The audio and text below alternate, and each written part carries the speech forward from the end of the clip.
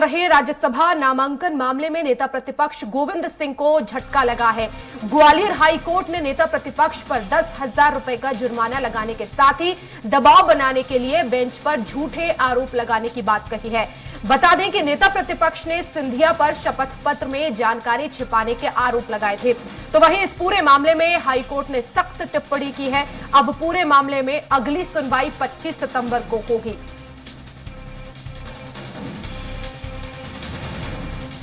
और हमारे साथ संवाददाता विनोद लगातार बने हुए हैं। विनोद, क्या है ये पूरा ही मामला?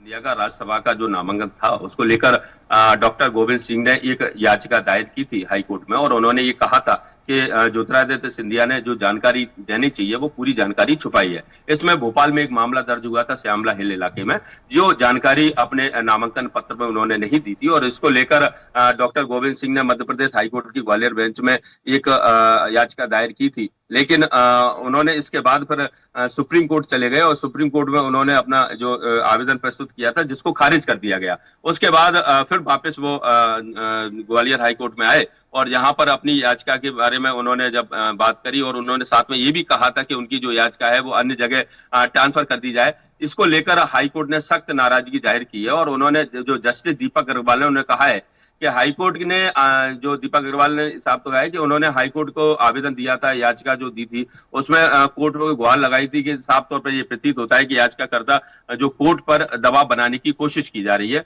और इसको लेकर नेता प्रतिपक्ष पर 10,000 रुपए का जुर्माना लगाया गया है। साथ ही हाईकोर्ट ने यह कहा है कि अगर इस मामले में कोई किसी तरह से कमी थी तो उनको सुप्रीम कोर्ट नहीं जाना चाहिए था, और पहले हाई कोर्ट की वो इंतजार करते हैं कि हाई कोर्ट इसमें क्या फैसला करता है। इस पूरे मामले को लेकर अब 25 तारीख को जो अगली सुनवाई होनी है, और 25 तारीख के बाद साफ हो पाएगा कि आगे क्या कार्रवाई हो सकती है। इसमें 10,000 रुपए का डॉक्टर गोविंद सिंह पर जुर्माना लगाया गया है। साथ ही जो सुप्रीम कोर्ट में कुछ साक्ष्य सामने आए हैं उसके बाद ये जुर्माना लगाया गया।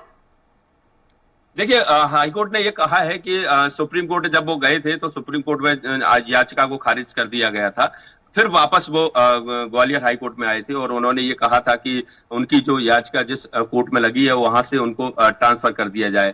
तो जो जस्टिस है उन्होंने ये साफ तौर पे माना कि कहीं ना कहीं दबाव बनाने की कोशिश की जा रही है याचिकाकर्ता द्वारा, और ये दबाव बनाने की जो कोशिश की गई है उसके तहत वो सुप्रीम कोर्ट गए, और उसके बाद अब उन्होंने कहा कि उनके दूसरी बेंच में उनको ट्रांसफर कर दिया जाए। ये पूरी दबाव बनाने की राजनीति है, ये न्यायालय प्रक्रिया में नहीं चलती है। इसको लेकर उन्होंने याचिका वो खारिज कर दी है और 10,000 रुपए का जुर्माना लगाया है। ज्योतिरादित्य सिंधिया ने जो नामांकन पत्र भरा था अपना जो राज्यसभा के लिए, तो उस समय उन्होंने जो जानकारी दी थी, उस समय भोपाल में एक मामला उनके खिलाफ था। उसमें श्यामला हिल जो है इलाका है वहां पर एक मामला दर्ज हुआ था उनके खिलाफ, तो उस मामले में की जानकारी नहीं दी गई थी। इसको उन्होंने बेस बनाया था, और इस आधार पर उन्होंने याचिका दायर की थी। अब चूंकि पूरा मामला 25 तारीख को सामने रहेगा, 25 तारीख को इसकी सुनवाई होगी, और उसके बाद ये साफ हो पाएगा कि आगे क्या कार्रवाई होनी चाहिए। लेकिन इससे डॉक्टर गोविंद सिंह को एक बड़ा झटका लगा है। नेता प्रतिपक्ष है वो, और उन्होंने इस पूरे मामले को लेकर पिछले कई दिनों से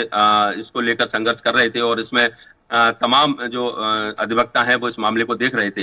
लेकिन हाईकोर्ट ने जिस तरह से इस याचिका को खारिज किया है उससे उनको पूरे मामले में काफी धक्का लगा है। लेकिन हाईकोर्ट ने भी इस बात को माना है कि दबाव किसी तरह से सहन नहीं किया जाएगा। अगर विश्वास नहीं है तो उन्होंने याचिका दायर क्यों की और दूसरे कोर्ट में जाने की बात क्यों कह रहे हैं। तो इस तरह के जो मामले हैं वो हाईकोर्ट में सामने आया है। विस्तृत जानकारी को लेकर उनके आज अधिवक्ता हैं डॉक्टर गोविंद सिंह के, वो शाम को प्रेस से बात भी करेंगे, और साथ ही ये जानकारी देंगे कि वो आगे इस मामले को लेकर क्या कार्रवाई करने वाले हैं। जी बिल्कुल, बहुत शुक्रिया विनोद तमाम जानकारी के लिए।